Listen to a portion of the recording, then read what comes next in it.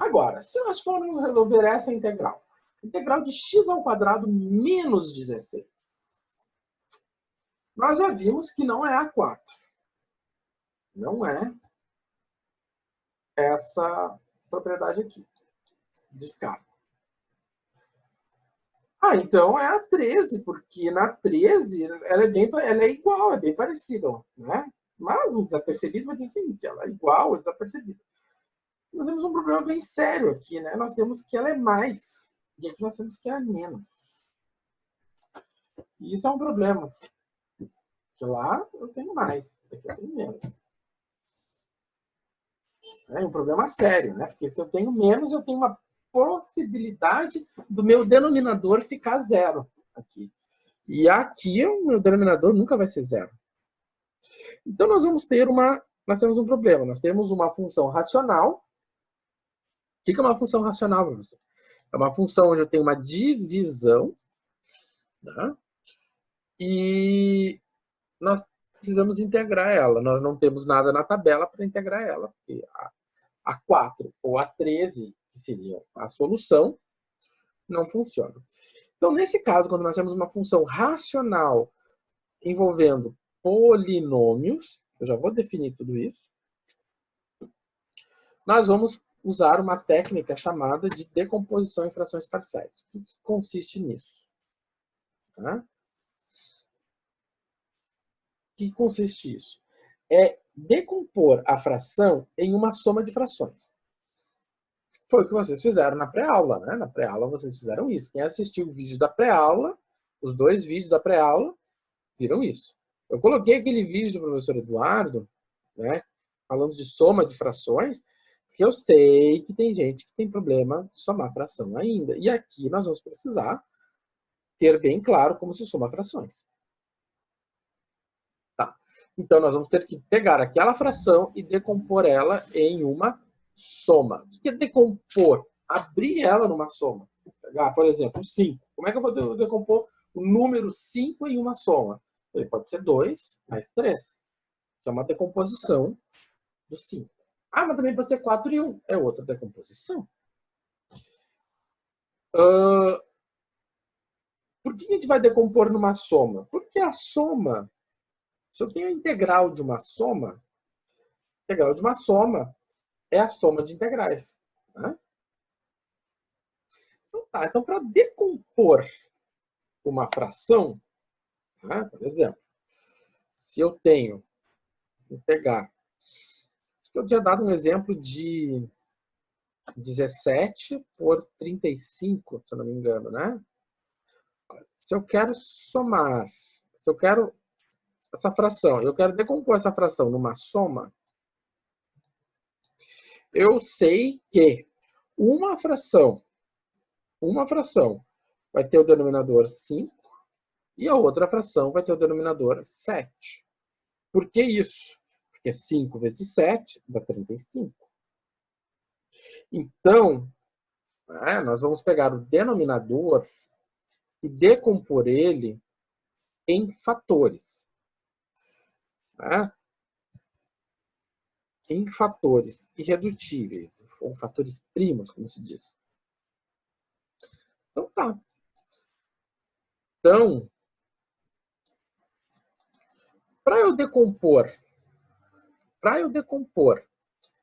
o x ao quadrado menos 16, né? Para eu decompor o x ao quadrado menos 16, né, em uma multiplicação, nós temos que recordar que isso é um polinômio de segundo grau. Então, para nós decompormos ele, nós vamos igualá-lo a zero. Né? Que assim nós conseguimos descobrir as raízes dele. E aí nós temos o seguinte, que x ao quadrado, né, é igual a 16. Se x ao quadrado é igual a 16, então o x é igual a mais ou menos raiz de 16. Se o x é igual a mais ou menos raiz de 16, é porque o x é igual a mais ou menos 4. Olha só que legal. Então, o que eu sei disso? Se o x for menos 4 multiplicado por x mais 4,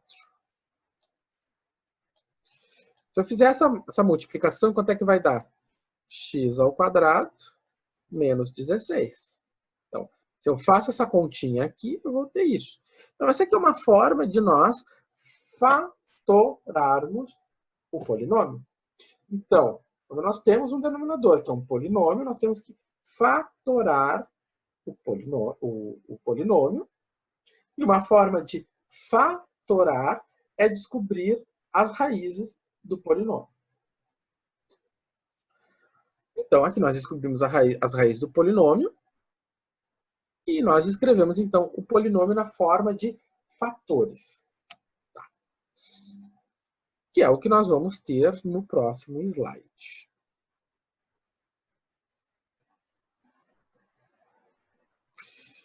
Então, tá. Então, no próximo slide, nós temos o seguinte.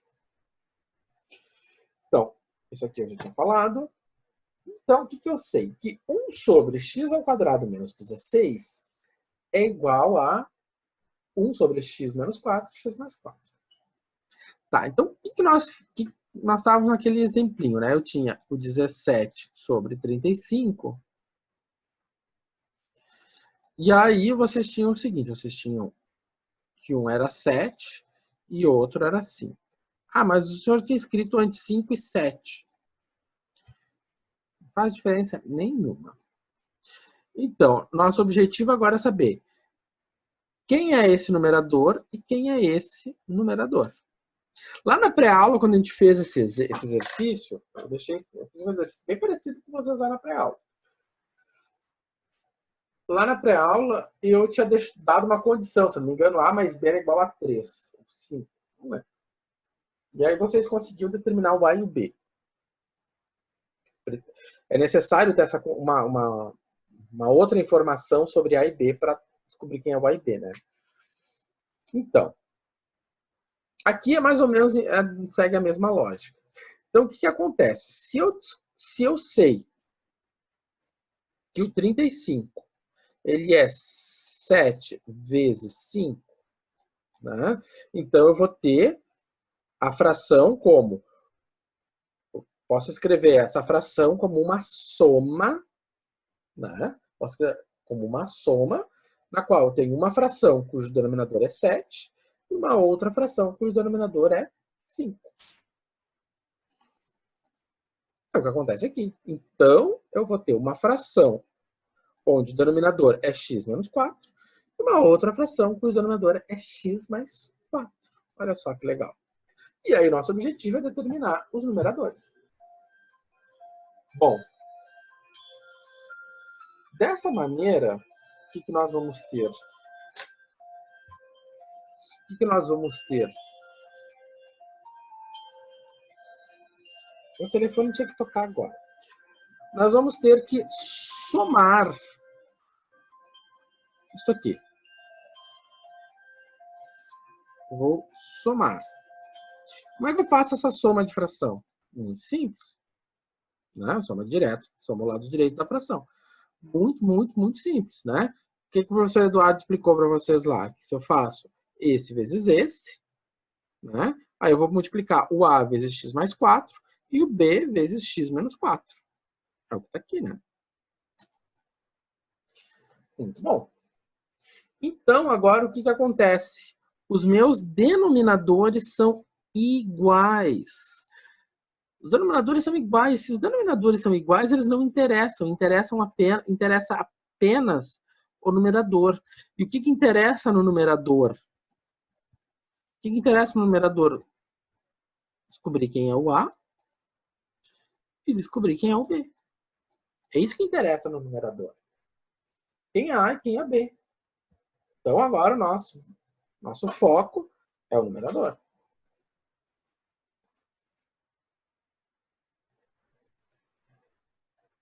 Muito bom.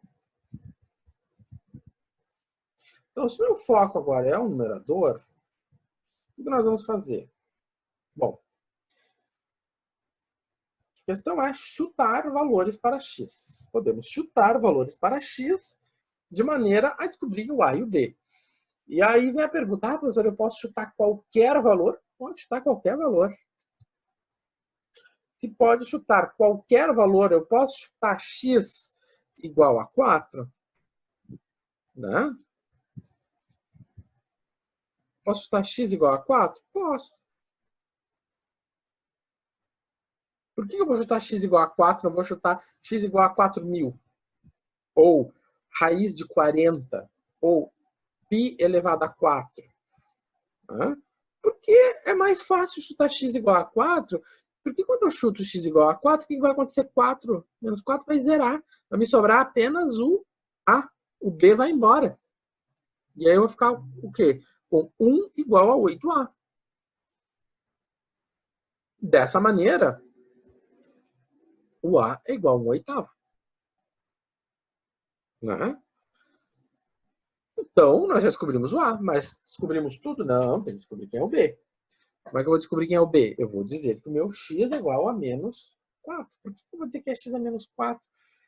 Porque se eu colocar menos 4 aqui, vai ficar menos 4, mais 4 vai ficar 0. E aí vai ficar 1 igual a menos 8b. E aí, então, eu vou ter que b igual a menos 1/8. Né? Então, b igual a menos 1/8. Então, já descobrimos quanto vale o a, quanto vale o b, né?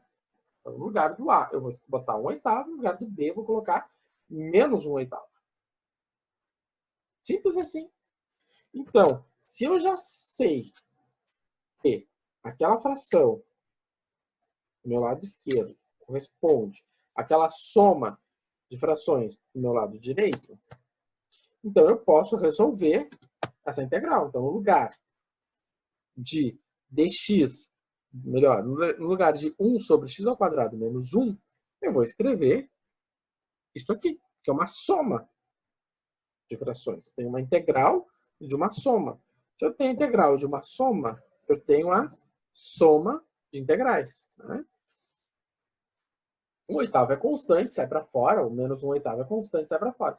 E agora nós sabemos resolver a integral de dx sobre x menos 4. A integral de dx sobre x menos 4, a gente vai lá na tabela de integrações e encontra, né, uma resposta para isso. Né? Temos lá na tabela de integração nossa boa e velha du sobre u. Né? Então, du sobre u é ln de u. Então, se o meu u for x menos 4, o meu du vai ser dx. Fechou tudo. Temos ln de x menos 4. Então, parece horrível. É horrível, professor. Coisas horríveis o senhor tem nos mostrado. Posso dizer para vocês que isso aqui é extremamente mecânico, maçante, cansativo. Ou seja, é muito ligar o automático e ficar lá. Né? Então, quando chegamos aqui, nós temos que olhar para as propriedades dos logaritmos. Nós temos que aplicar as propriedades dos logs. Se nós vamos aplicar as propriedades dos logs, nós temos que olhar para a tabela e ver qual propriedade vamos aplicar. Então, a primeira propriedade é dar jeito, dar cabo nessas constantes que estão à frente dos logs. Então, vamos dar cabo nas constantes que estão à frente dos logs com a propriedade que está indicada ali. Dessa maneira, eu vou ter ln do tudo elevado a 1/8. Agora, o que vai acontecer? Nós vamos para outra propriedade. A propriedade da divisão. A divisão é uma subtração. Então, eu tenho essa situação aqui, né? Se eu tenho essa situação aqui, o que vai acontecer agora? Eu tenho 1/8 como expoente. Então, isso vira quê? Vira a raiz de 1/8. Ah, mas ela vai até lá embaixo, ela vai para todos? Claro que ela vai para todos. Por que ela vai para todos?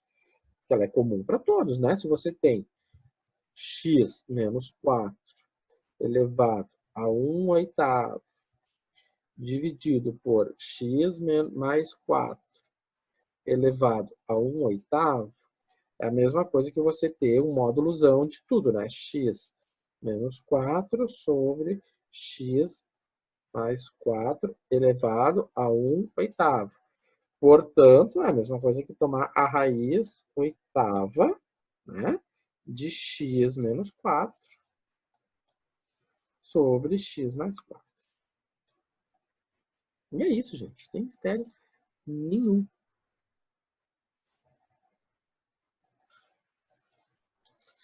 Bom, então resolvido o nosso problema. Então aqui nós entramos de vez no que a gente chama, que eu chamo de integração de função racional, de funções racionais. O que é uma função racional? Nós vamos definir a função racional como uma função, né, que corresponde a uma divisão, uma divisão, traço bonito de divisão, entre polinômios, certo? Então, P e Q são polinômios e X é tal que o meu denominador vai ser diferente de zero. Nós não podemos ter denominador zero. E aqui nós vamos fazer algumas hipóteses de aula, algumas premissas de aula, né? Nossas hipóteses simplificadoras. Quais são? Nós vamos, né, nosso polinômio Q de x sempre será maior que o grau do polinômio P de x. O que quer dizer isso? Nós sempre vamos ter um grau em cima, por exemplo, em cima vai ser de primeiro, embaixo de terceiro. Por exemplo, x menos 1 sobre x na terceira menos 5x2, 1 sobre x ao quadrado menos 5, e assim por diante. Então, o grau do polinômio Q, do denominador, sempre vai ser maior.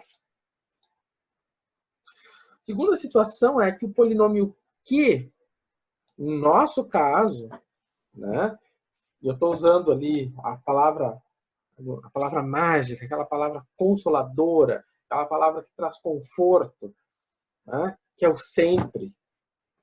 Né? O polinômio Q de x pode ser sempre, olha só a palavra consoladora, sempre decomposto em fatores de primeiro grau. Tá? Ela vai ser sempre decomposta em fatores de primeiro grau. Ah, professor, mas sempre em tudo? Não. O que está dito ali? Premissas de aula. Eu não vou entrar nas outras situações. Eu vou ficar só nessa situação. Tá. Então,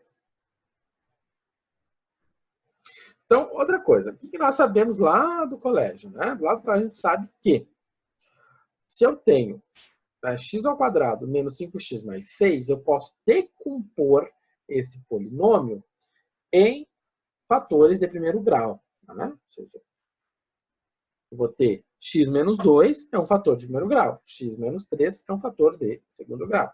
E eu faço isso determinando as raízes desse polinômio. Né? Bom, então nós temos ainda 5 minutos, né? Vamos devagarinho. Tá. Então, nós temos essa integral. Então, essa aqui ela é uma integral, tá bem dentro daquelas nossas premissas, né?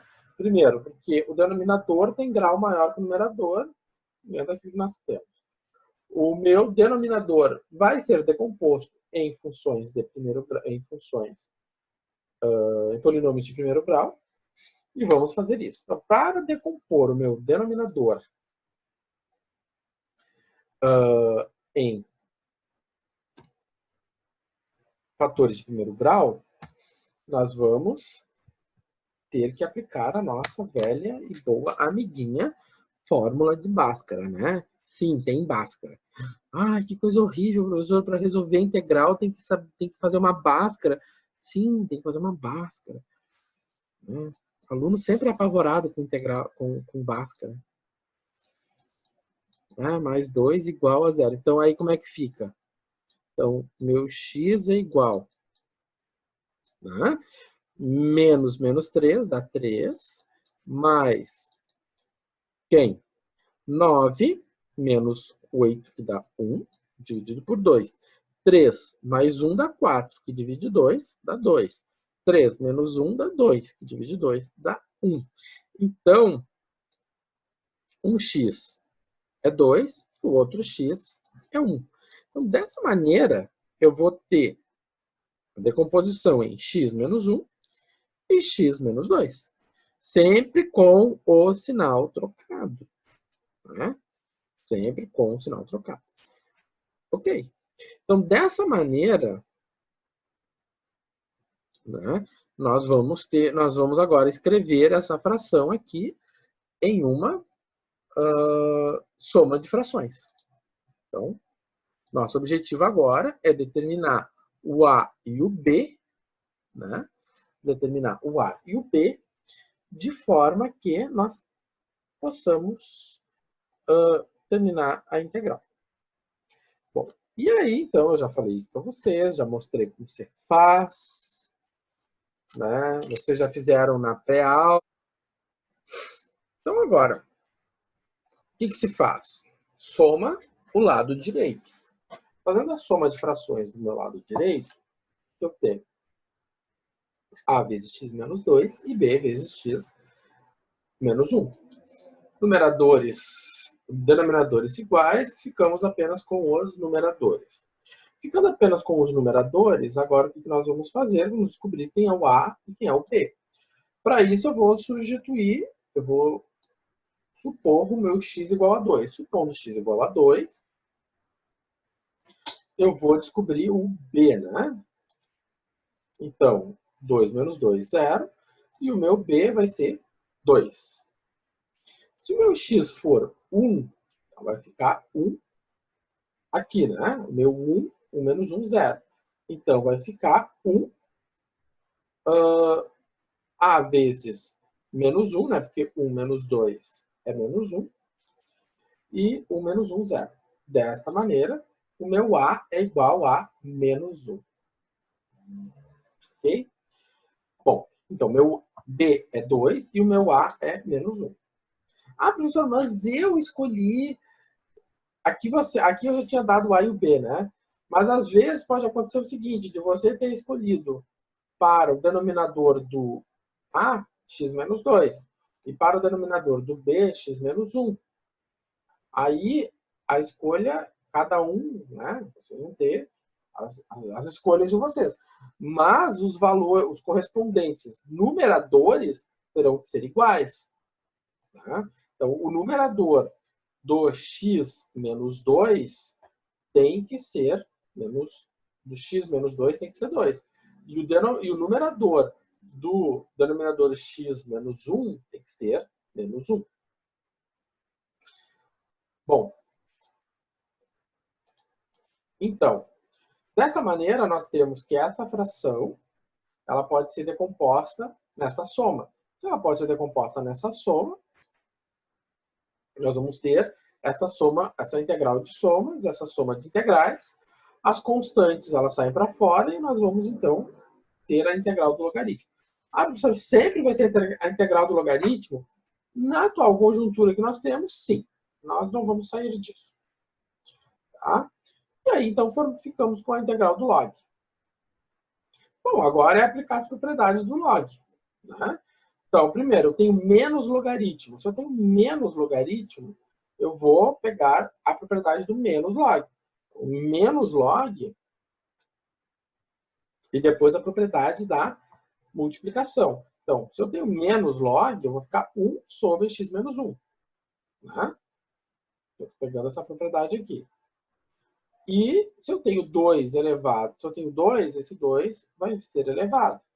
Dessa maneira, pela propriedade da multiplicação, eu posso colocar, né, nesse formato. Ah, professor, mas se eu escrevi o contrário, eu fiz 2 ln de x menos 2 menos 1 ln de x menos 1. Tá horrivelmente. Tá igual, gente. É igual, é igual, a mesma resposta. Depende. Às vezes o olhar do professor não é o mesmo do aluno, e aí vocês fazem de outra maneira, mas vai chegar aonde? No mesmo lugar. Tá? No mesmo lugar.